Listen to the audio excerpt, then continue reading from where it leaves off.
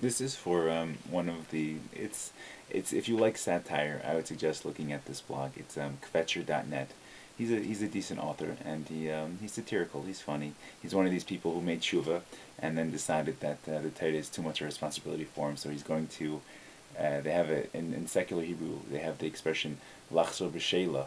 So it's like he's gonna try to get away from Hashem for a couple seconds.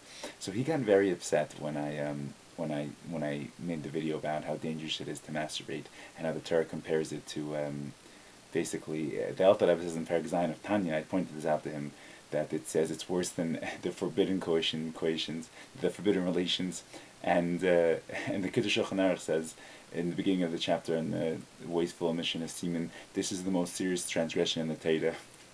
So he got very upset, and I want to say to people who think that their body's their property. I don't know exactly, if you're going to take your creator out of the picture, then I guess you can literally do anything you want. You can murder, and you can, all these things. And yes, you can take your penis by your hand. You can incite an erection, and you can spill your seed all over the planet if you want.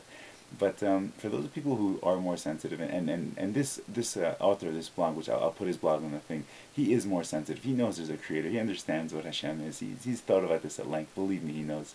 So for people like you, I just want to say the Guf Gashmi in essence is just a gift from God, and it's on loan. It's not your property. So when you borrow something, I don't know if you ever noticed the difference. When you borrow something from a friend, you don't treat it like it was your own. Even when you're in like a guest's house, you don't throw your coat out on the floor. You don't drink from the container in the refrigerator. You act like a guest in a house. So same thing. The soul is like a guest in the body. It's only here for a few years. It's here to attack in the body as much as possible. Make sure to put out the tefillin, like Shabbos candles, whatever. Go to mikveh, and then the soul goes back up.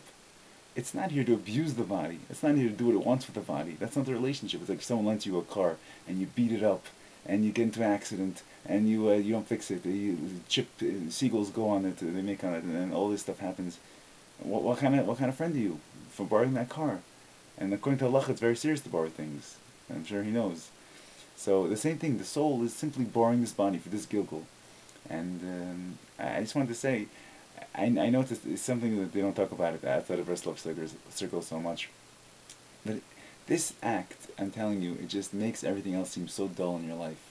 That what's the point? And you see a lot of guys like they like chais in life. They don't smile. They're not happy. They're like whatever. I think my theory is they go home like once every week or whatever, and they do this thing. And then like they get so happy for like those 4 seconds, and then I got mustard because someone said, no, the whole experience of 20 minutes or whatever, that could be really joyful.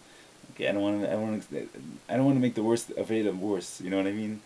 But anyway, so I think they get this once a week pleasure, and then all of a sudden the rest of the week they're like looking forward to it. Like the dinner was good, the davening was good, but it wasn't like the once a week spilling my seed. That was really exciting, And the Torah learning, like it dulls you, it dulls your mind, it dulls your senses. So like even when you learn Torah, it's like, what's the big deal? I can't wait to get home and I can spill my seed on Friday, whatever night they choose to do it.